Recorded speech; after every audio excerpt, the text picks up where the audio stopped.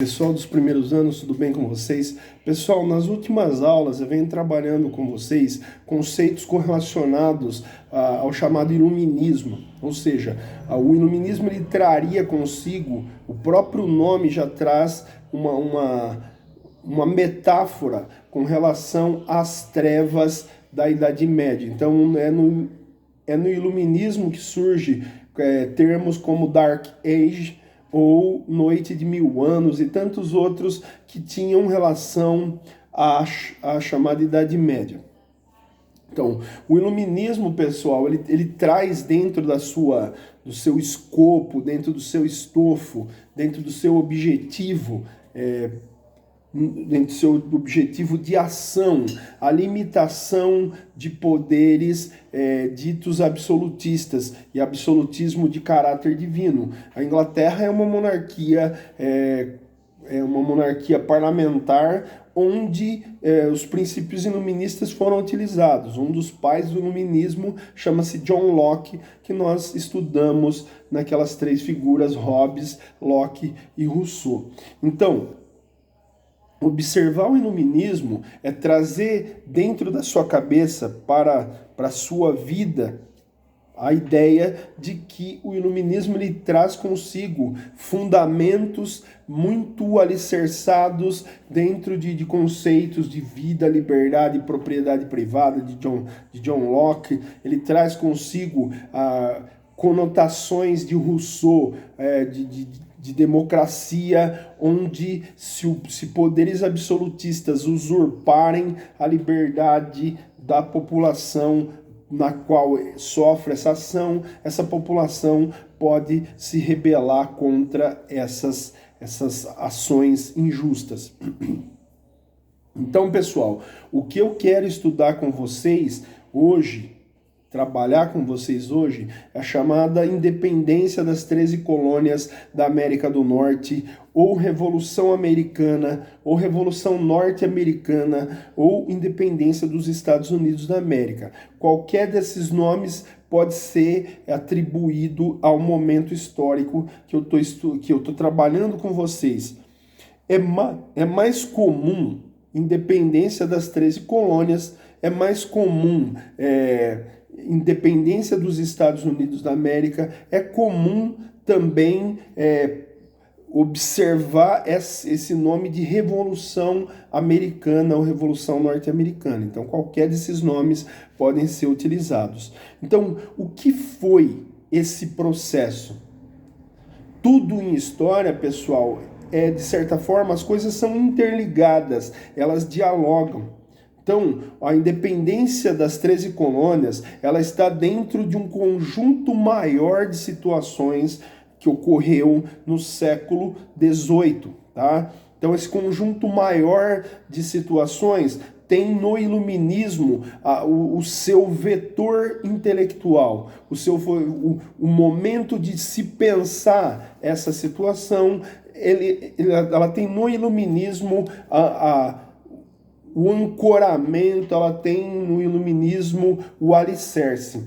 Então o iluminismo, o que o iluminismo, melhor dizendo, tem a ver com a independência dos Estados Unidos? Se nós formos observar tudo. Então, pegar o processo de independência dos Estados Unidos, cuja a data que ficou marcada é 4 de julho de 1776, 4 de julho de 1776, para se chegar a 4 de julho de 76, há um caminho histórico. Que caminho histórico é esse? Os Estados Unidos da América, ou 13 colônias da América do Norte, eles trazem consigo o quê? A colonização do solo dos Estados Unidos, ela possuía, por exemplo, índios anteriormente. E índios têm que ter espaços de caça muito grandes, gigantescos. Então, gigantescos, as manadas de búfalo andam, as tribos andam junto para conseguir caça, para conseguir, através da caça, tirar as peles dos animais que cobriam o corpo no inverno. Há um filme espetacular chamado Dança com Lobos. Dança com Lobos mostra de forma bem clara como ocorreu a chegada do chamado homem europeu, do povo europeu que veio para a nova, chamada Nova Inglaterra, ou as 13 colônias.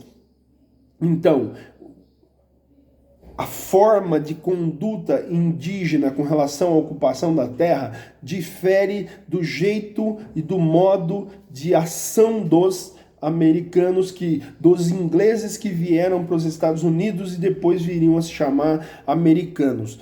Existe uma lógica chamada doutrina do destino manifesto, ou seja, a ideia de que quem veio para os Estados Unidos tem como premissa que Deus escolheu aquele povo para estar ali. Então o destino daquele povo é ocupar os Estados Unidos e colonizar as áreas. Agora não se leva em consideração Cherokees, Miwokes, não se leva em consideração Apaches, Comanches e assim por diante. Então a ocupação dos Estados Unidos, como disse em aulas anteriores, ela difere do Brasil, por exemplo. Parte das 13 colônias se forma a partir da ideia de colônias de povoamento. Então, nessas colônias de povoamento, há uma noção de que quem vem para lá nunca mais vai voltar para a Inglaterra. De quem vem para lá vai fazer a América, vai construir um mundo, só que não constroem um mundo a partir do nada. Eles constroem um mundo embasados e baseados na forma britânica, a forma de ocupação do solo na Inglaterra. Então, observar o processo de independência das 13 colônias, esse processo ele traz consigo elementos, e esses elementos, eles de certa forma, destoam da Inglaterra. A Inglaterra, pessoal, ela se envolve numa guerra contra a França, chamada Guerra dos 7 Anos. Essa Guerra dos 7 Anos, ela dura de 1756 a 1773. 1763, tá? 1756, 1763. O que acontece nessa Guerra dos 7 Anos? Essa Guerra dos 7 Anos, ela traz consigo toda uma problemática europeia. Essa Guerra dos 7 Anos, ela, de certa forma, ela envolve outras nações que não França e Inglaterra. E, inclusive, pessoal, ela faz com que haja lutas entre os colonos britânicos das 13 colônias contra a França. E a Inglaterra, para de certa forma, vencer a França, por exemplo, num campo da guerra aqui na América, o que eles fazem? Eles dão treinamento militar para os colonos. Isso custaria muito caro para a Inglaterra a posteriori, ou seja, posteriormente. Então, os colonos das 13 colônias, eles aprendem, e de certa forma eles sabem, a partir desses treinamentos, como age o exército inglês. Então, voltando para essa Guerra dos 7 Anos. Essa Guerra dos 7 Anos, ela faz com que a Inglaterra seja vencedora. Só que, pessoal, nem assim, dá a impressão que a Inglaterra venceu, tá tudo bem. Não, não tá tudo bem. A Inglaterra, essa guerra, ela custa muito caro para a Inglaterra, desde perda de homens até perda de locais e rotas de embarcações. Ela faz com que a Inglaterra perca muito dinheiro, que a Inglaterra perca muitos bens materiais e vidas humanas. Então, como uma forma de ter compensações com relação à guerra, que ela venceu, mas acabou perdendo muito dinheiro, muitas vidas humanas e assim por diante. O que acontece, pessoal? A Inglaterra era cômodo para ela, de certa forma, deixar que aqueles colonos ou aquelas pessoas que foram embora da Inglaterra para viver nos Estados Unidos, para viver nas 13 colônias, era cômodo para a Inglaterra deixar com que essas pessoas se virassem por si sós. Tá? Então, os britânicos que vieram para as 13 colônias, eles tinham todo um aporte da Revolução Industrial, por exemplo. Então, os conhecimentos de sistemas de produção, os conhecimentos de transformação de matéria-prima em produtos manufaturados. Então, quem veio para as 13 colônias, muitos deles vieram com profissão, já sabiam trabalhar. Marceneiros, pedreiros e assim por diante, engenheiros. Então, muitos deles sabiam se virar. Para a Inglaterra, pessoal, era cômodo que de certa forma, essas 13 colônias ficassem, de certa forma, soltas, porque não lhe custava nada. Só que depois vai custar caro. Então, observar esses colonos, eles tinham muita autonomia. Lembra do pacto colonial, pessoal? Só negocia com a colônia, a colônia só pode negociar com a metrópole. Na Inglaterra, esse pacto colonial com relação às 13 colônias, ele não foi levado muito a sério. Então, esses colonos, pessoal, eles começaram a produzir bens materiais duráveis e não duráveis, que ao longo do tempo começou a entrar em concorrência com a própria metrópole. Então, a Inglaterra, principalmente durante a Guerra dos 7 Anos, houve um incremento de busca de rotas comerciais pelos colonos que viviam no território, melhor dizendo, dos Estados Unidos da América. Então, observar a Guerra dos 7 Anos é observar que a Inglaterra sai vencedora, mas ela sai destruída economicamente. E para isso, pessoal, a Inglaterra começa a endurecer o pacto colonial com relação à colônia, com relação às 13 colônias. O que isso faz? Isso faz gerar um sistema que ao longo do tempo provocaria uma ruptura, e essa ruptura descambaria e chegaria em 4 de julho de 1765, tá? Então, observar esse momento histórico, e 4 de julho de 1776, me perdoem o lapso. Então, a independência dos Estados Unidos, ela ocorre a 4 de julho de 1776. Só que para chegar a esse esgarçamento, para chegar a esse rompimento, há todo um conjunto de situações. Então, a Guerra dos 7 Anos, 1756, 1763, gravem esse momento histórico do término, porque os problemas de cobrança de impostos vão começar imediatamente após. Então, terminada a Guerra dos 7 Anos, a Inglaterra resolve endurecer as rédeas do pacto colonial. Só que os americanos, os norte-americanos, para ser mais exato, os estadunidenses hoje, eles conviveram com uma certa paz para poder negociar, sentar a ferro e fogo no pacto colonial.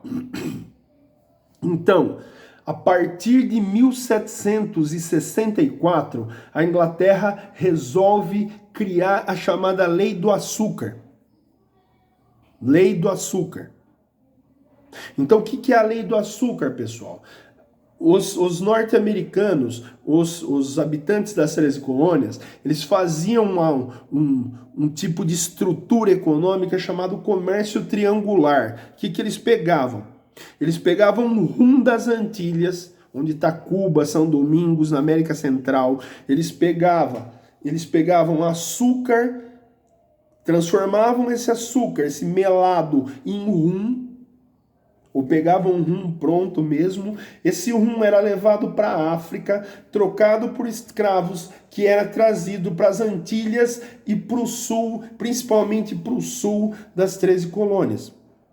Então isso deu muito lucro, isso deu muito aporte econômico, financeiro, político às 13 colônias, principalmente as colônias do norte e do leste, do nordeste dos Estados Unidos. Então, norte, leste e nordeste, tá? Então, nessas colônias, das 13 colônias, mas as colônias mais ao nordeste, mais ao norte e mais ao leste, e aí entra Nova York, Fremont, então, Boston, Filadélfia. Então, observar esse comércio triangular é observar autonomia. Só que a lei do açúcar, o que ela faz? Ela proíbe, há uma proibição de que os americanos comprem açúcar das Antilhas, e sim sejam obrigados a comprar açúcar de fornecedores da Inglaterra, em navios britânicos.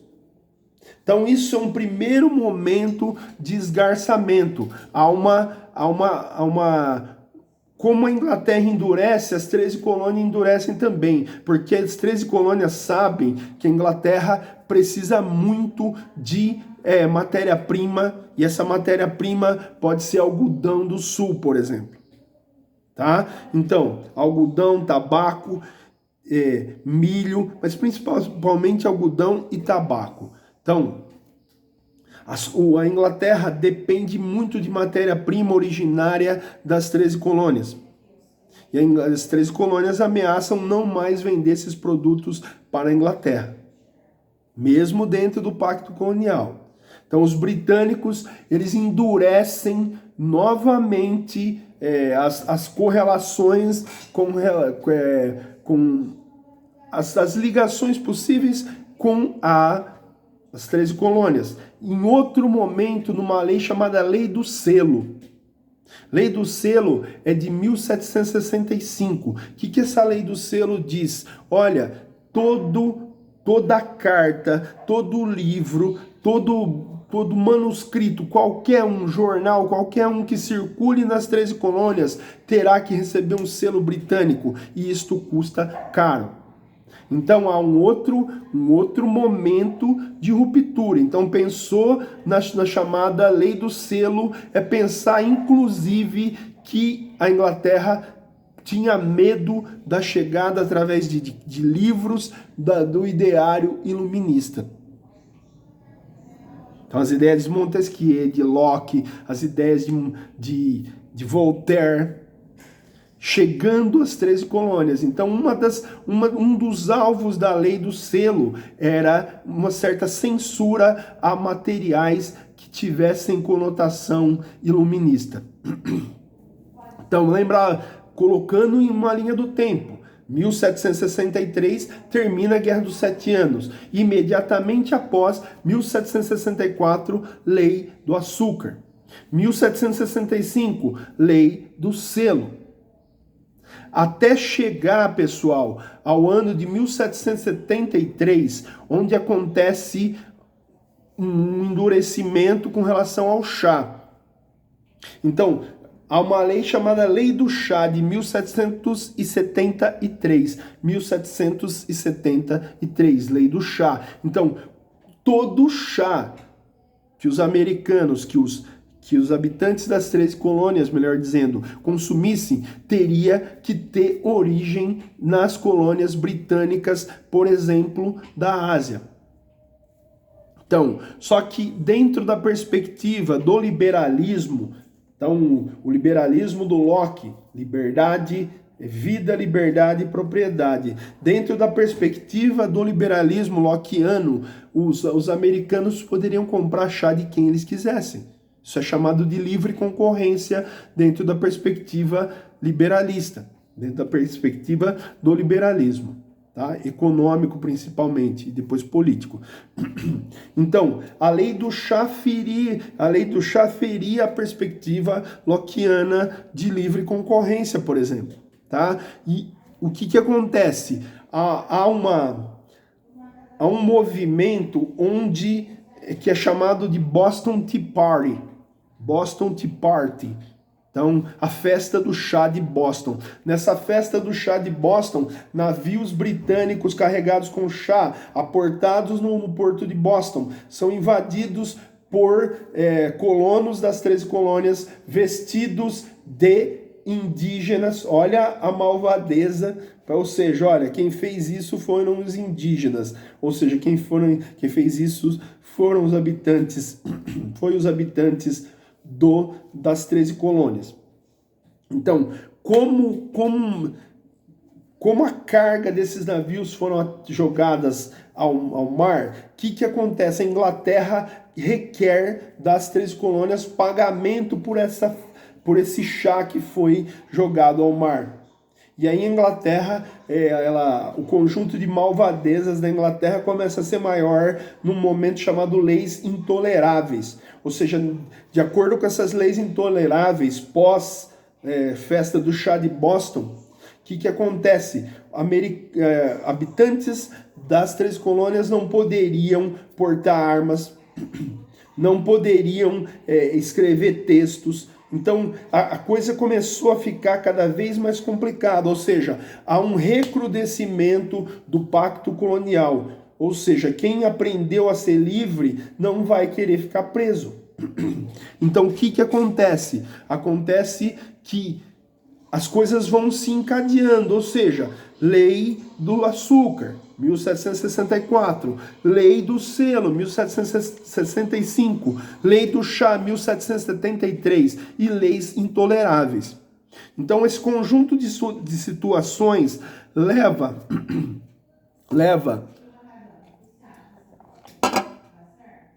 a um lento, mas substancial rompimento.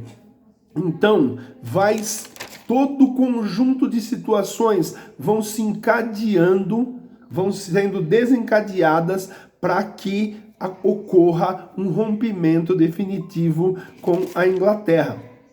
Então, conjunto de leis até chegar nas leis intoleráveis, ou seja, recrudescimento do pacto colonial. Então, há um momento na história das 13 colônias e depois dos Estados Unidos, onde ocorre como se fosse o fim da linha.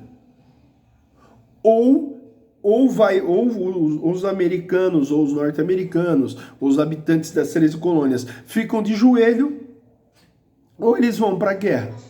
Então, de acordo com a perspectiva de pessoas como Benjamin Franklin, George Washington, então, o que acontece? Ocorre a escolha da via de rompimento. Então, no dia 4 de julho de 1776, há um rompimento unilateral, ou seja, as 13 colônias se declaram independentes. Só que os britânicos não aceitam isso.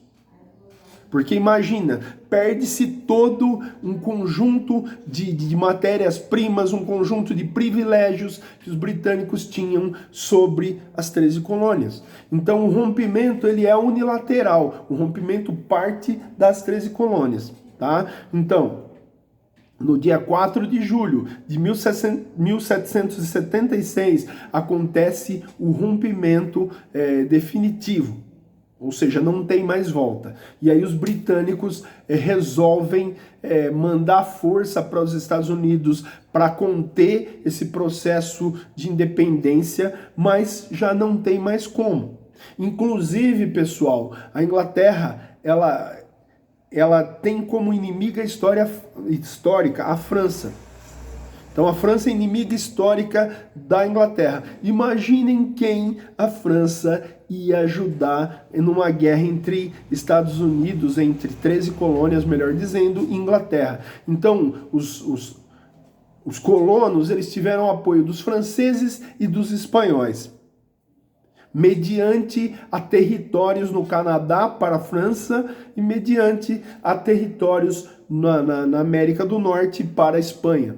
Então, observar a independência das 13 colônias da América do Norte, observar que o nordeste dessas 13 colônias, que o leste dessas 13 colônias e o norte dessas 13 colônias, eles trazem consigo um mecanismo de ocupação diferente do sul dos Estados Unidos, que é caracterizado pela plantation. Que plantation é essa? Plantation são imensas áreas onde se produz um tipo de produto só, um tipo de vegetal só, e aí isso é chamado de monocultura.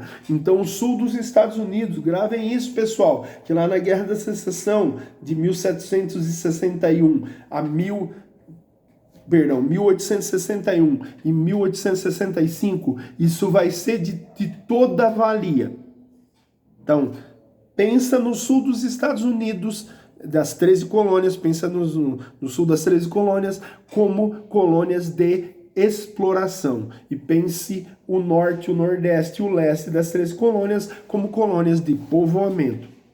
Então, pessoal, pensar na independência dos Estados Unidos é observar que dentro desse escopo, dentro desse alicerce, dentro dessa base, desse rumo, há todo um processo. E esse processo, ele se inicia com a chegada dos colonos vindos da Inglaterra, com uma certa liberdade e autonomia, uma autonomia para produzir, para vender, para comerciar com quem quer, escapando daquela rigidez do pacto colonial. Então, para a Inglaterra, não era viável economicamente ficar fiscalizando demais as 13 colônias. Isso o indivíduo que vem da Inglaterra já traz consigo conceitos como os conceitos lockeanos de liberdade, propriedade e vida.